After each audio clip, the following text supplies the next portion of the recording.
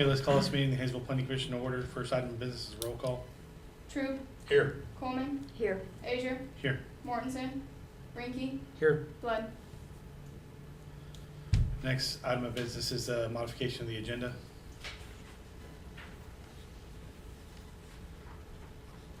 You gonna present that? Can I get a motion to add, item 6E to the agenda? A review of a conditional use for, a self-service storage warehouse at 7474 South Broadway. So moved. Second. A motion and second. Question? Troop, Here, yay. Coleman, Yes. Azier, Yes. Rinky. Yes. Next item is the presentation and approval of minutes of May 14th, 2026. I move that we approve the minutes as, I'll second that. The motion and second to present. Any discussion? Question? Troop, yay. Coleman, Yes. Azier, Yes. Rinky. Yes. Under old business, we have a public hearing tabled from May 14th to consider amending and restating the zoning regulations. So staff is initiating these amendments to the zoning regulations in an effort to modernize and codify our practices, Do I need encourage. to, sorry, I need to open the public hearing first. Yes, you do. We now formally open the public hearing to consider proposed revisions to the zoning regulations in the city of Haysville. Any members have in the planning commission have a conflict of interest in this case? Any members, have you received any written or electronic communications on this matter? No. Now, staff, would you present, please? So again, we're updating them in an effort to modernize and codify our practices, encourage the development of more housing, and encourage smart growth. The intent of these amendments is to achieve some goals of our comprehensive plan, which is streamlining the development process, diversifying housing options, capitalizing on existing infrastructure, and supporting new and existing businesses. In the middle of our amendment process, the state passed SB 418, the By Right Housing Act. This act requires a certain single-family, two-family townhouses, and accessory dwelling units to be permitted by right without review by the Planning Commission, BZA, or governing body. It also removes the ability to submit protest petitions against single-family and two-family rezonings, and requires that all land zoned for any type of residential use be zoned for single-family and two-family use. As such, many of the changes to our proposed amendments have been changed in order to conform to the act. The proposed amendments are before you for your review in two different formats. There's a clean draft and a red line draft. I've also attached an outline of the proposed amendments.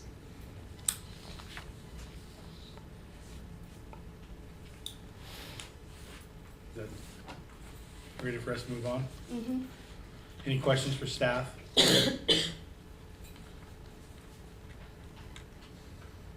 None. No. Now's the time for any member of the public to speak. Does anyone wish to speak on this topic? Okay, seeing none. Public comment is now closed for commission action. Floor is open to commissioners' comments.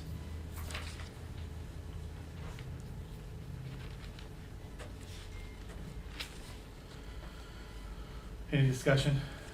If not, I'd entertain a motion. I'll motion to approve amending the planning and zoning regulations as stated. I'll second. A motion and second to approve. Any discussion? Question? True. Aye. Coleman, Yes. Azier, Yes. Rinky. Yes.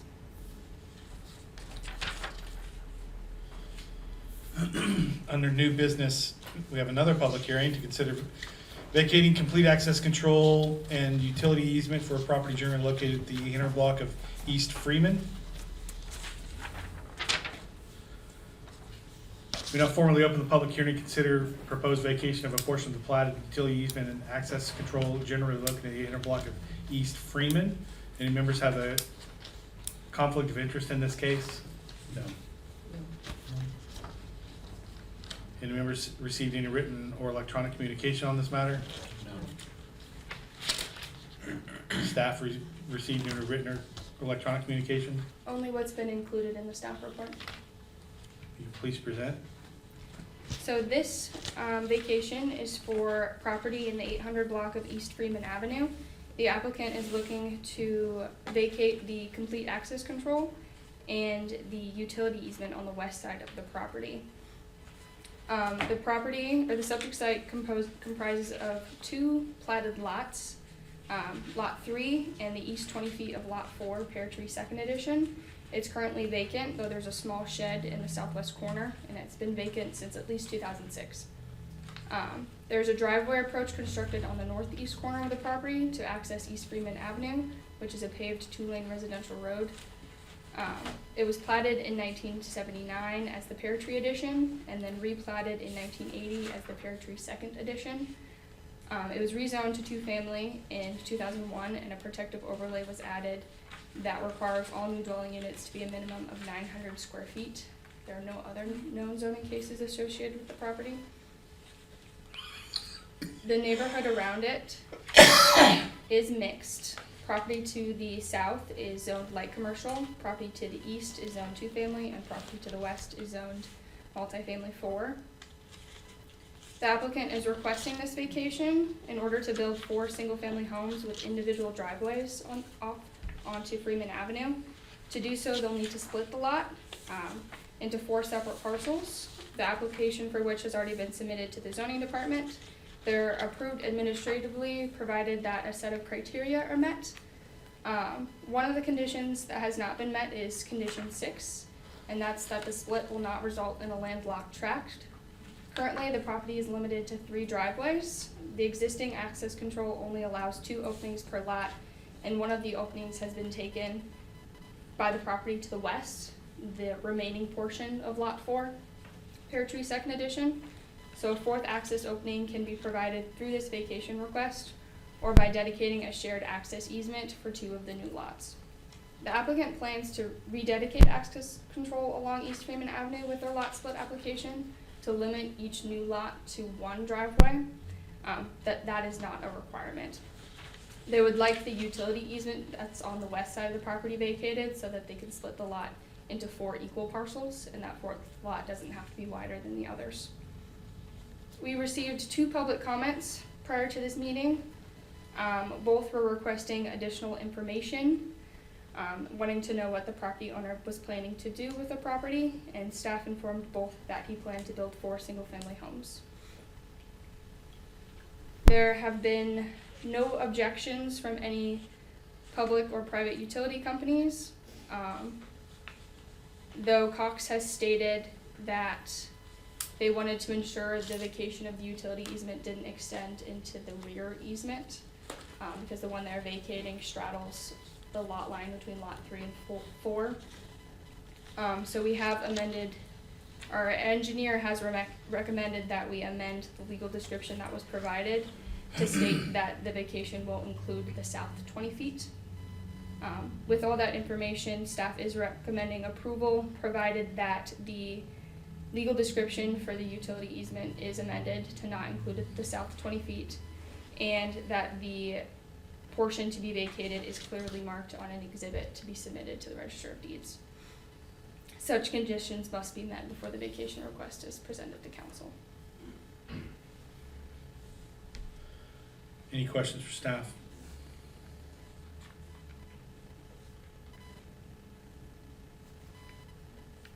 Are the applicants or their agent present? Yes. Do you wish to speak? Only if you have questions. Any questions for the applicant or their agent? I don't have any. Now it's time for any member of the public to speak. I just don't want to get up there. I'm sorry, that's a requirement. Would you like to speak? If we promise to be nice, if you've got something to say, we're happy to hear you. Yeah. I guess I will. Did you fill out a card? I did not. Yeah, you will. Just fill it out before you leave today. Okay. And I think you just need to state your name and your address for the Okay. record. Dina Moore. I live at 835 East Freeman. just right beside the lot. It has never been taken care of. Stuff grows in, you know, animals everywhere. So I'm glad that something's getting done. But my question is, you're putting 4 homes, like individual, or is it duplexes, like 2 on each? It's 4 individual homes? The applicant has proposed 4 single families. Okay, okay. Now, will it be like right beside our fence? I don't- Preferably like, you know, like windows not looking into ours, that's that close to the property? They haven't submitted site plans. Okay, so it's just a start, They'll be required to be set back a certain distance, okay, just like every other lot. okay, That's part of our general code. okay, You can only put it so close. okay. So, I guess that's it. Thank you. any other members of the public wish to speak? Okay. Any questions for the public? Oh, okay. Eileen Whitmer, we're at 162 North Moy Avenue.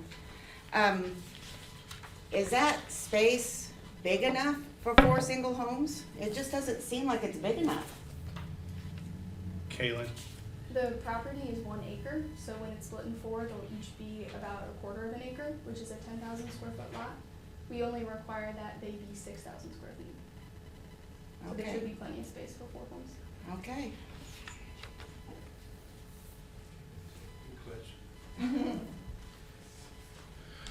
anybody else from the public? Okay.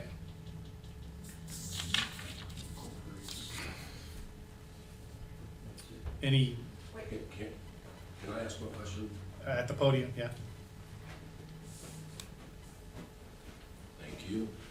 My name is Richard Whitmer, and I'm at 162 Moy Avenue. And I know what I just heard was, our concern was, it seems like an awful narrow space to have 4 individual houses. And of course, I haven't measured it. And so what I heard was, it's 1 acre, so every lot's gonna be a quarter of an acre, and that satisfies the, would you say 6,000 square feet or so? Our zoning Yeah, requirement is but 6,000. my question is, if it's an acre because of the depth of it, the lots are could therefore be very narrow and still be 7,000 square feet. So it's more the shape of the lots. That's a consideration as well. Yeah, I do have a site plan for the width. There's two of them will be 64 feet wide, and 2 of them will be 74 feet wide. You know, and I appreciate that, but I don't have a perspective on what a normal lot width is. I'm Can just you going tell by in visually looking at the that existing space. It looks houses right awful. there, what those are, Kaylin? It looks like the properties on both sides are 92 feet wide, so these will be 20 feet narrower than the existing lots. So 70 feet wide. Yeah. So that's my concern. It just seems like they're awful narrow lots compared to probably the rest of the lots in the neighborhood. The lots across the street, those are 69 feet across. Okay. So they'll be similar to what's Okay. directly across from it, not necessarily what's next to it. Gotcha. All right, thank you. Mhm. Okay, this is really the last time. Sorry. No, that's fine. I just don't want you to decide after we close the public portion that you want to talk, so. Okay. Public comment is now closed for planning commission action. The floor is open to commissioners' comments.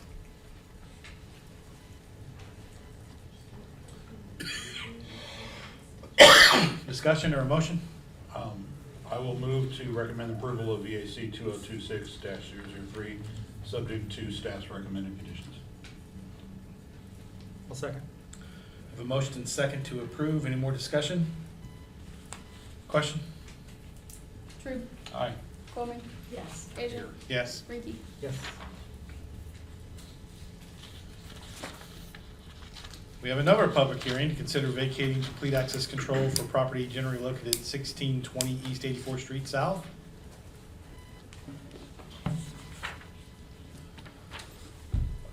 When I formally open the public hearing to consider proposed vacation of the platted complete access control located at 1620 East 84th Street South. Any planning commission members have a conflict of interest in this case? No. No. Any members received any written or electronic communication on this matter? No. No. Staff received any electronic or written communication? Only what's in the staff report. Please present. So this property is located at 1620 East 84th Street. It's in our area of influence, just west of Hydraulic Avenue. It was platted as the second edition in 1979 and was rezoned to SF20 single family from RR rural residential earlier this year in 2026. The zone change was initiated for this same project herein. There's no other known zoning cases. All surrounding property is zoned residential.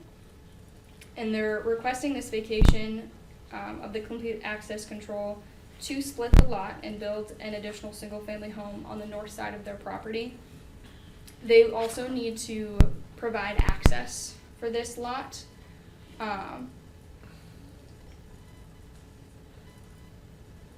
To get access, they can get that through this vacation process, or they could also file an access easement through the south portion of the lot with the Register of Deeds. The proposed access to be vacated is 40 feet wide and bounded by existing utility poles. You can see that in some of the site photos that have been attached. The opening has been positioned directly across from East 84th Street on the east side of Hydraulic Avenue to avoid any potential traffic issues. Sedgwick County Public Works has stated this is the only location that they would approve for an access opening. The utility poles do have overhead wires attached to them, but staff doesn't foresee them being an issue since those same wires are underneath East 84th Street on the west side of Hydraulic. No utility company shared this concern either. There were 2 public comments that we received, both asking for additional information for what the property owner wanted to do with the property.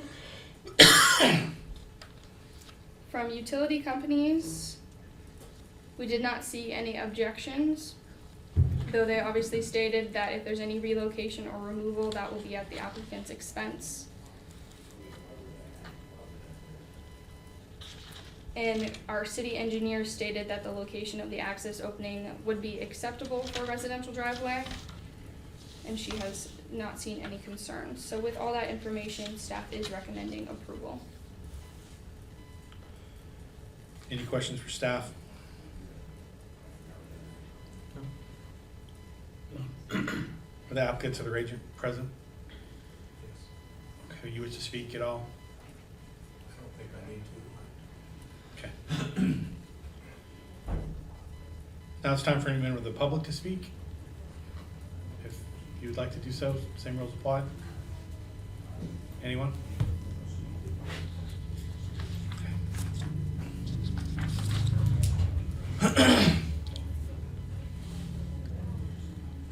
Seeing none, public comment is now closed for planning commission action. The floor is open. Commissioners' comments. Right, no comments. Motion. I will move to recommend approval of VAC 2026-004 as presented. I'll second. Motion is second to recommend approval as presented. Any more discussion? Question? True. Aye. Coleman. Yes. Asia. Yes. Rinky. Yes. I think now I need a motion to recess the planning commission and convene the board of zoning appeals. So moved. I'll second that. A motion is second to recess the planning commission and convene the board of zoning appeals. All question? True. Aye. Coleman. Yes. Asia. Yes. Rinky. Yes. Now, under new business, item C, public hearing to consider a variance for the front setback and accessory structure location regulation in the SF Family District for property generally located at 6536 South Marion. And now formally open the public hearing to consider proposed variance request from the minimum front setback and accessory structure location requirements in the SF Family Residential District for property located at 5636 South Marion Do any members of the planning, the Board of Zoning Appeals have a conflict of interest in this case? No. No. Any members receive any written or electronic communications on this matter? Has staff received any written or electronic communication? None. The staff please present. So this variance is for property located at 6536 South Marion. The applicant is requesting the variance to construct a carport in their front yard.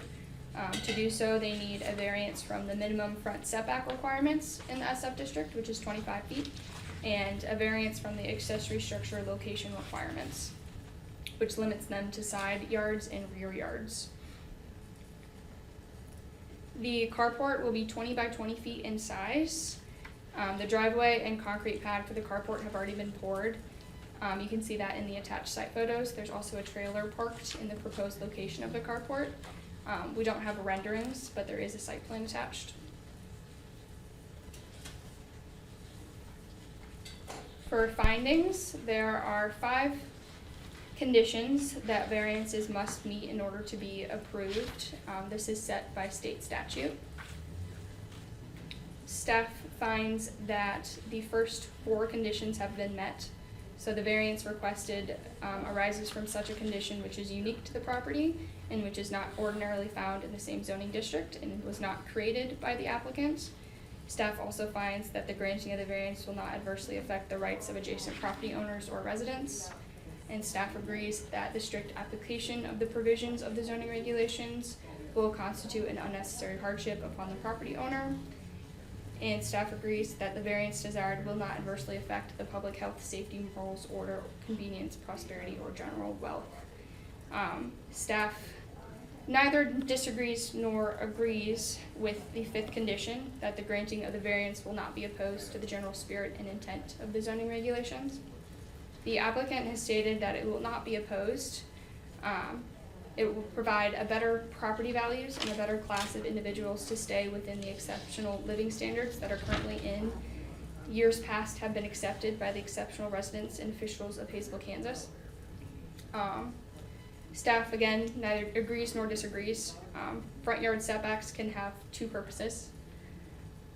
One, to ensure all structures are a uniform distance from the street, and 2, to provide for adequate parking space in front of a dwelling unit. The proposed carport would be significantly closer than any other house on this street, but the applicant has demonstrated that adequate parking can still be provided in front of a dwelling without meeting the setback requirements. The purpose of the accessory structure location requirements is to ensure accessory structures are visually subordinate to principal structures. The carport will likely be the most visible part of the property if constructed in the front yard. However, if it's smaller than the house, it may still be visibly subordinate. So staff has not determined if this condition has been met, and based on that, staff cannot recommend that this variance be approved. But if the board finds that this 5th condition has been met, there are some conditions in the staff report that would apply. Any questions for staff?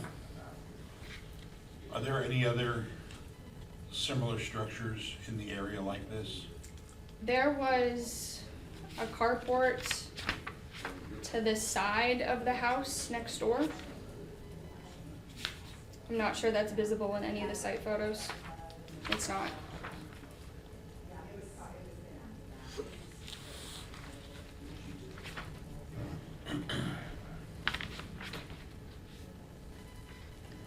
Have there been any carport complaints in the area?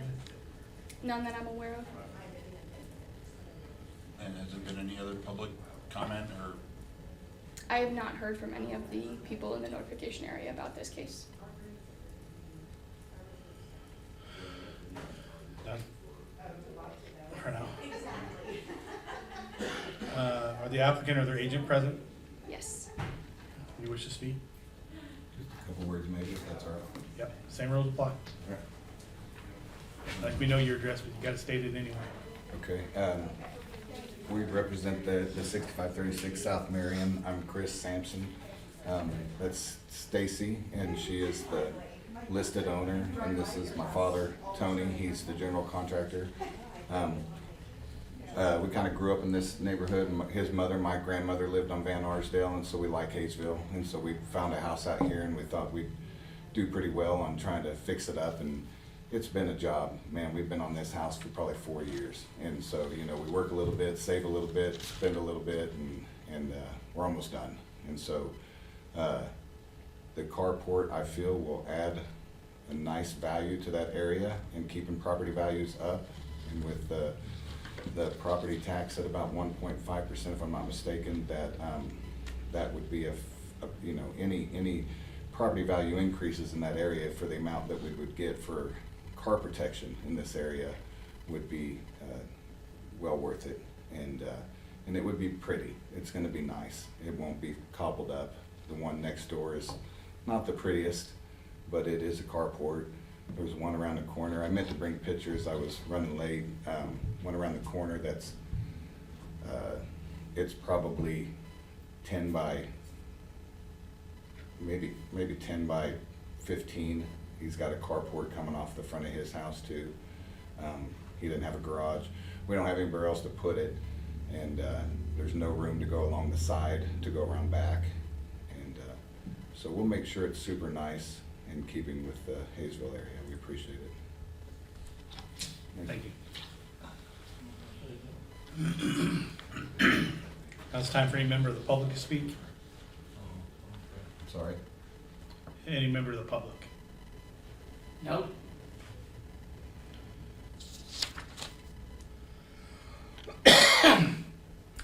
Public comment is now closed for Board of Zoning Appeals action, and the floor is open to commissioners' comments.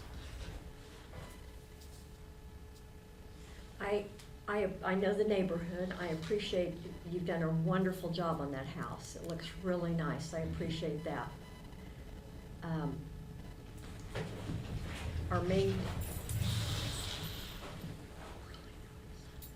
Sorry, we're sharing notes. Sure. Appreciate your consideration. if I understand, our main concern is the easement. The front yard. Or the setback. Yeah. The setback. Yeah. On the front, we try to stay from the sides for sure. We're far enough on the sides. It's the front. If they were to ever come through there and put sidewalks in that area I don't know that Haysville's gonna spend the time and money to put sidewalks back in that neighborhood, but that would be the only concern, I think, would be. I believe they'll still go through there though. It'll go through, it's just, it would be, closer to the sidewalk than, The site plan shows a 4-foot front setback. And the sidewalk would be in the right of way, not. I guess one of the things we were looking at was the fact that, the cars are gonna be parking out there anyway, and they're gonna be basically making a garage without it. And at least with that, they, have some kind of security. And we've thought this thing through, there's no other options. It leaves us pretty much, that's it. We kind of feel like it's gonna be hard to sell a house without some kind of, help, keep the hell off of them, keep the weather off of them. Do you have a question? Yeah. We kind of looked at magazines and come up with a really nice one, we think will be pretty. So is it a permanent structure attached to the home? it would be, at first we were trying to go with what was best for you guys. Your request originally, years ago when we started this, was that our best odds would be if it was attached. And so it will be attached and the post will be permanently set. So where the dark blue siding is, Yes, and then ma'am. there's a white gutter roof line or Yes, ma'am. whatever, it would be in that area? Yes, that ma'am, it the would roof- pitch off that.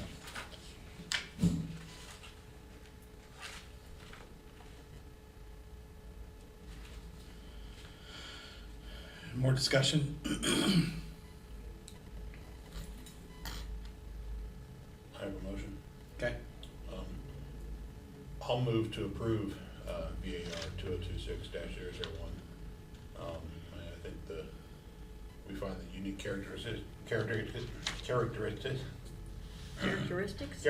there we go, of the property create a hardship, and the variance will not adversely affect the adjacent property owners or public safety. Does your motion include, you had conditions? With, I'm sorry, yes, with staff's conditions. And you agree that the granting of the variance is not opposed to the general spirit and intent of the zoning regulations? Absolutely. And I also think that's pretty subjective, so. I'll second that.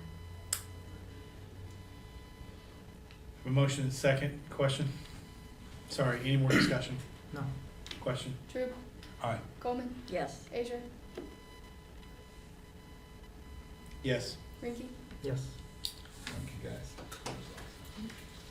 We're excited to close this out. A long hardship.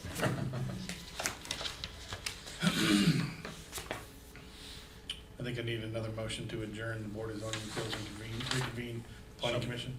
So moved. Second. A motion and second to adjourn the Board of Zoning Appeals and reconvene the Planning Commission. Question? True. Aye. Coleman, Yes. Asia, Yes. Rinky. Yes. Under item D, one-step final plat for Carceloe addition? Yes, I think that's how you pronounce that. The drainage plan for this plat, which is one of the conditions for recommending approval, that all the comments and issues with the drainage plan were addressed, have not been finalized yet, so the applicant is requesting this item be tabled until June 25th. Move to table. Second. Motion and second to table. Any more discussion? Question? True. Aye. Coleman, Aye. Asia, Yes. Rinky. Yep. Yeah, you guys can go home. Thank you guys so much. Good job. Thank you so much. Have a nice weekend. Item E, conditional use for 7474 South Broadway.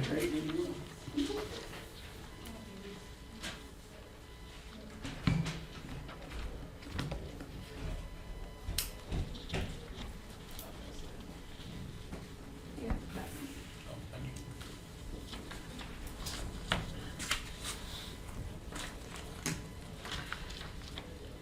How do we pronounce that? Carceloe. Carceloe. So this conditional use was presented to you guys for the first time on May 14th. It went to council on June 8th, this Monday. But they actually recommended that it be returned, so planning commission could further review the conditional use based on screening, surveillance, and rodent control. If you remember, our original recommendation was to approve the conditional use with two conditions. One, that the cargo containers must be painted the same color or grouped in rows or sections by color. And two, that they may be exempt from the screening requirements prescribed in the cargo container appendix. I have attached some site photos of existing self-service storage facilities in the city, and one just outside the city. An examination of the city code as it relates to surveillance and rodent control, some emails from the applicant after the city council meeting, and the original staff report for the case. The minutes are attached as the first item on our agenda. Since this item has been returned to you, you have two options. You can resubmit the original motion, giving the reasons therefor, or you can submit a new and amended motion. Either will require 4 votes. But let's start with screening. So we have recommended that the cargo containers be exempted from the screening requirements in the cargo container appendix. That was staff's recommendation, correct? Yes, staff's recommendation and motion recommended to continue by planning commission. The applicant is required to screen the cargo containers from the view of South Broadway. This is in our code. This would require installing solid screening around the entire front of the property along Broadway, part of the north property line and part of the south property line. The cargo containers are just over 8 feet tall, so that fence would have to be 9 or 10 feet tall. The applicant has stated that he plans to install a chain link fence, and he would prefer a 6-foot chain link fence around the perimeter of the property. He doesn't want to have to completely screen the cargo containers from view, because a 10-foot fence is outside of his budget. He's willing to install plastic slats into a 6-foot fence, However, he states that plastic slats will make it easier for a burglar to break in, as most storage facilities don't have solid screening for this reason. I looked up some past precedent from old conditional uses for self-storage warehouse facilities. And the Planning Commission has addressed screening before. That was for Sarah Lane Storage.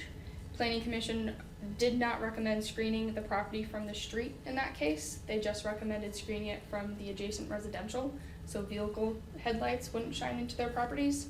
And they actually got the former police chief's recommendation to not screen the property from the street to make sure there wasn't any cover for illegal activities. There should be attached site photos of all the existing self-storage storage facilities in the area. You'll notice in these that none of them are screened from the view of the street, and that includes Park Avenue Storage, which is up just south of the floodway on Broadway.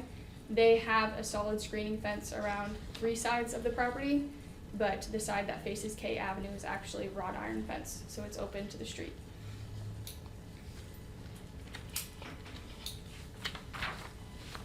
So we're gonna handle these one at a time. Yes. So I have the same concern I had last time and why I voted against it. If you were building a storage unit facility that was stick-built, garage doors, everything else, I think not having screening on it is fine. I think the requirement here is because it's storage containers, and I still have a hard time saying if you have 2 storage units containers on your property, I'm gonna make you screen them per city code, but if you have 94, you don't have to do that. That seems ridiculous to me. That's the and I understand security, but if they were stick building this, it wouldn't be a requirement. What's forcing the requirement is the fact that it's storage containers. And I understand what he's saying about a 6-foot fence also, but the requirement is the requirement, and if the math doesn't work out, that's the requirement. And I think we need to require the same screening we would on any other storage container in the city, and not give any different treatment to this, especially since it's so many. That's my feeling on the screening alone. I get that, and I still think that the security issue is, and that's the last time when I voted that way. I really think the security issue is a big deal, because if we put a 10-foot solid fence or non-transparent fence around that, it invites people to get through that fence somehow, and then take all their time breaking into those locks. And there's a lot of ways you can do that in the middle of the night. And we might create a condition where we're bringing crime into that area, whereas we wouldn't if you could see through it.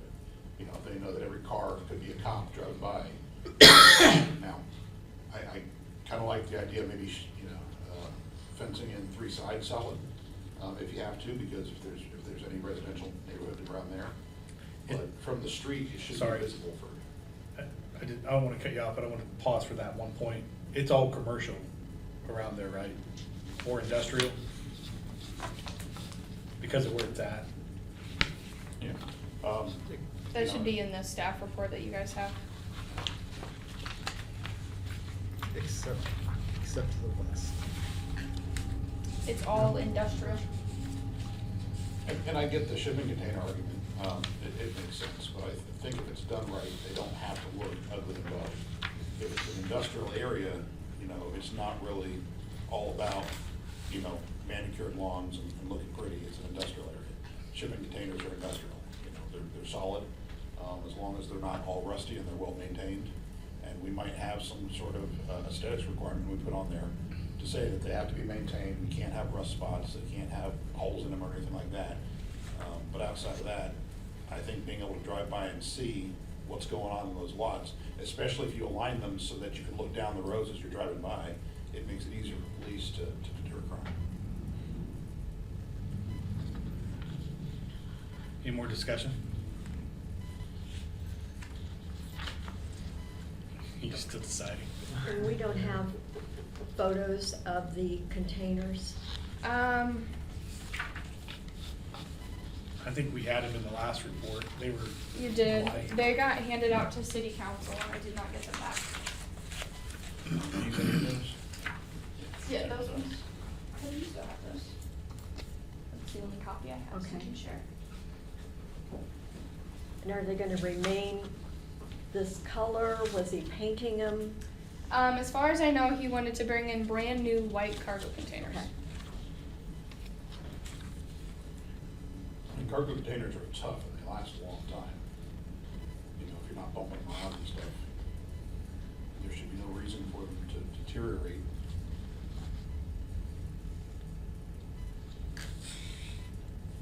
They're frankly stronger than stick built. Now, if we had a tornado going through, I'd rather be in one of those than. Yeah, I mean, I see both of your points, right? So his point isn't argumentative to yours. His point is really that it is in the code that anything that is a cargo container or a storage container of this type be screened. That's just in the code. Yeah. So whether it's 1 or 100, the code is still that they are fenced and screened. It's not that one type is better than another. It's not even the security issue, right? His is kind of a standalone, different.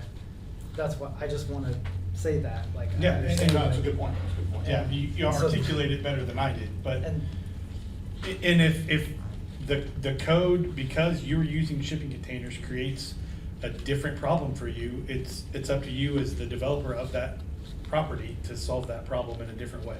Either with security equipment, which is what we're gonna talk about in the future, or extra lighting, or whatever that may be. I don't think that our code, which was in place before you made this decision, we should have to vary it for this one use. I think it puts us on a slippery slope, and if his neighbor comes to us next week and says, I wanna put up 2 shipping containers, and I don't wanna screen it because my neighbor's got 94 of them and he doesn't have to do it, it's hard for me to argue against that. So I think the code is the code, and if that's what's driving that decision and there's a way around it, a different way than not having screening at all, I think that's what we do. And I think if you don't want screening, don't put in cargo containers as your storage unit and do it a different way. And the code is there to make it easier, these decisions easier on us. Yeah. They've already, No, that makes sense. I think the code certainly works in any lesser zoned area going towards residential. I think in an industrial area, I don't think it's necessary personally, because I think that's what you expect to see in an industrial area. Well, that's where I'm getting stuck, is on intent, right? So, like the intent, if I was to put a storage container in a location like that is different than this intent. And so that's where I struggle, and Well, here, let me approach this a different way then. He's telling us he intends to use brand new, all-white storage unit containers. If he was coming to us with very used, rusty, old storage unit containers, would your opinion be any different?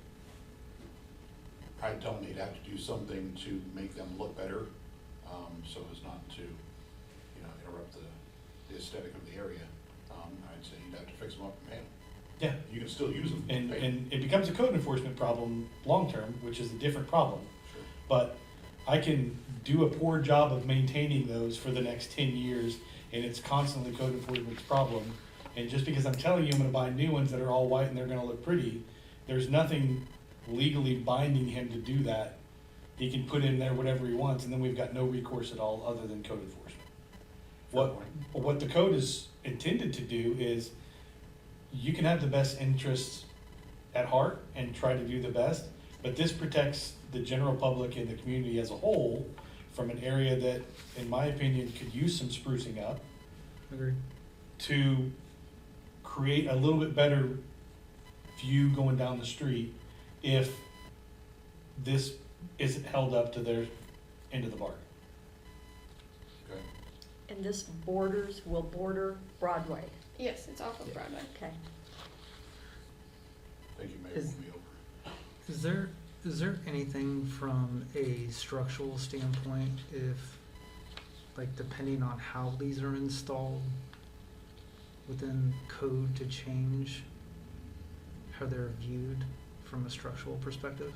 Like if they're not viewed as a cargo container Right, and instead viewed as a building. yeah, because, I Um, mean, there is construction now, like, some homes are being built out of cargo containers, and so how does that, I mean, how would that function? So I guess my question is, like, from a foundation standpoint and an anchoring standpoint, does that change? I think we're ready to talk a whole lot about foundations here in the next. Well, it's an interesting point. I mean, if I take 3 cargo containers welded together and put a little roof over them to shield the stuff in the middle, now it's a house. And I've seen lots of people. On do a stuff like that. foundation. So I guess I'm gonna back up my question, because it doesn't pertain to the screening at this point, unless it does change the classification of what it is. I don't believe that the building code views it differently than a Okay. cargo container. So I have So not if I read. was to build a house, a residential home out of cargo containers, would I have to screen it? In the city, you're actually not allowed to build a cargo container out of, or a house out of cargo containers. The way our cargo container appendix is written, you'd have to get a variance.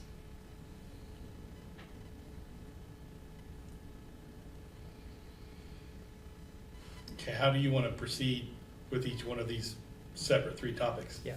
I don't think we need a motion for every one, but we need to come to Consensus? however you think is the easiest way for you guys to come to a consensus on each one, so we're in consensus at the end, because the only way we can pass a motion is if you all agree tonight, because we need 4 votes. Well, let me ask it this way. Are we consensus on requiring screening from, I will acquiesce to your great one. I would agree on As that. I soon mean, as you it's said the word based on- precedent, Yes, You're okay I with it? think along Broadway, we need to consider okay, the aesthetics of that. I have a question though.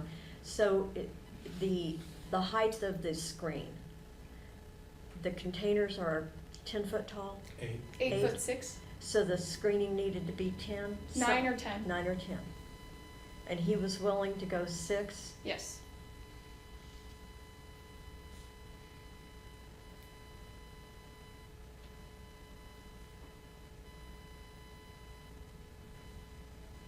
You trying to modify the fence height? Well, is it going to do what? What do we want the screening to do? Do we want it to hide that totally? I was just looking at those. What it's still going to look like cargo containers back there behind the screen. And for me, it comes down to the same thing we've been talking about the whole time. If we allow it here, and his neighbor comes to us next month and says, I want to put a cargo container in, and I want to put a 6-foot fence up, because that's what my neighbor has, and you see Yes. one The precedent's been set. over the top, It's been set. and I would like to not set that precedent. I think if Yeah. we're gonna have screening, it should screen what we're trying to screen, Yeah. and not just the bottom majority of it. But if we don't have consensus on that, we can continue to talk it out. I'm good. You're okay Mhm. moving forward? Okay. What's the next portion? The next portion is surveillance. This is something City Council wanted us to consider.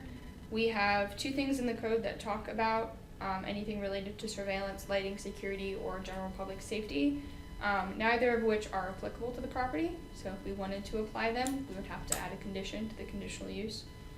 The first one is for wireless communication facilities. We require a security fence and screening. When the wireless infrastructure is not in the right of way, we require that it has to have a security fence and screening at least 6 feet in height that prevents unauthorized access.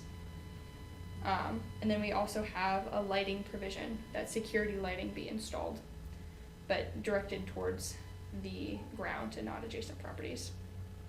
And then in the manufactured home park district, we require that adequate lighting be provided for public safety. I don't understand how we can regulate this at all. I think it's gotta be done by the developer. And if we're putting the screening requirement in and he wants to have an additional level of security, I think that's up to him to do so, but I also don't see a way we can regulate it. He can tell us there are cameras or put up fake cameras and not record, and there's no recourse for us to go back and check that this is even being done. I don't understand this requirement, and I'm not sure, other than making sure that the property is taking care of itself, which we can't really regulate, why this is something we're considering. I don't, I agree, no.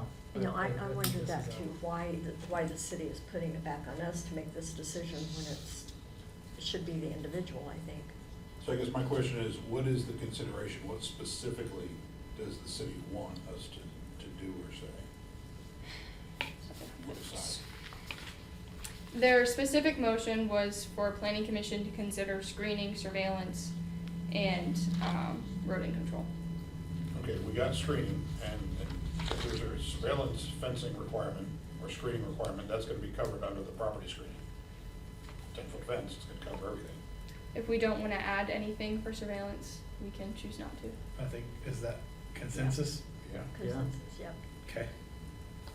Last one is rodent control. There are a couple of code provisions that deal with rodent control in the city code, and these are applicable to the property, so we would not have to make any changes. They are addressed retroactively through code complaints and proactively through the building permit process. That was gonna be my question. How is this not a code enforcement issue, and why are we regulating at this level? Do the rodents read the And code? why has it not been? No. I think their argument was these containers, because they have a bottom, there is the availability for rodents to get underneath them, but there is also the availability for rodents to get in every other storage unit in town, whether it's a shipping container or not, and code enforcement's regulating all of those, and I don't see why this would be any different.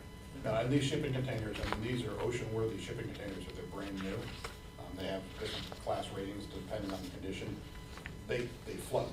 I mean, they're sealed, steel bottoms. Yeah, the issue was underneath it, not inside it, Oh, so. I see, okay. And I think that comes down to foundation, and I don't know that any of us here is qualified to dictate what type of foundation these should be set on.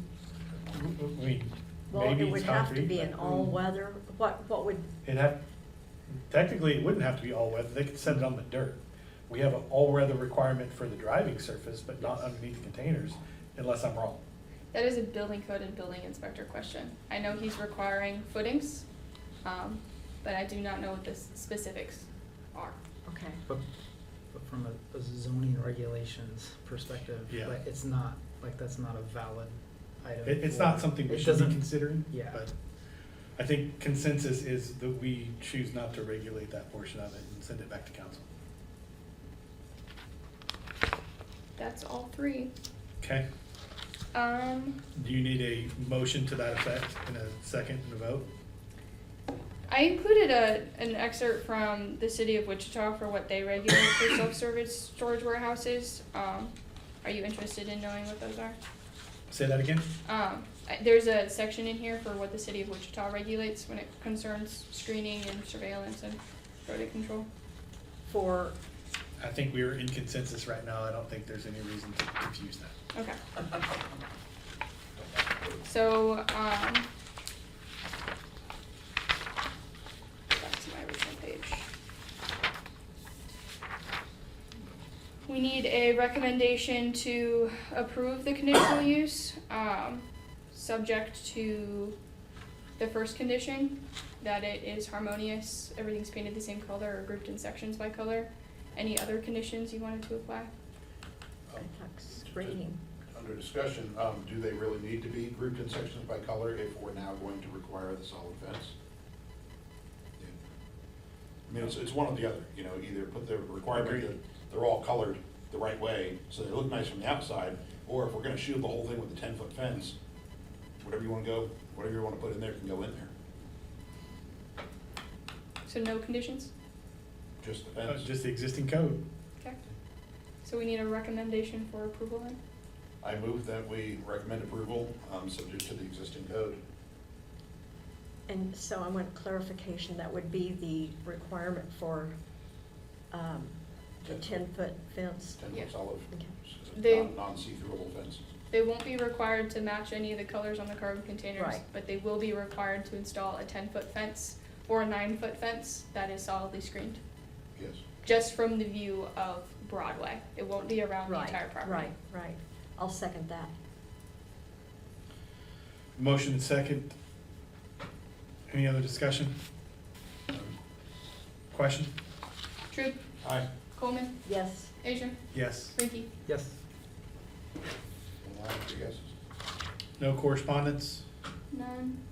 No off agenda other than the next meeting date? It will be June 25th.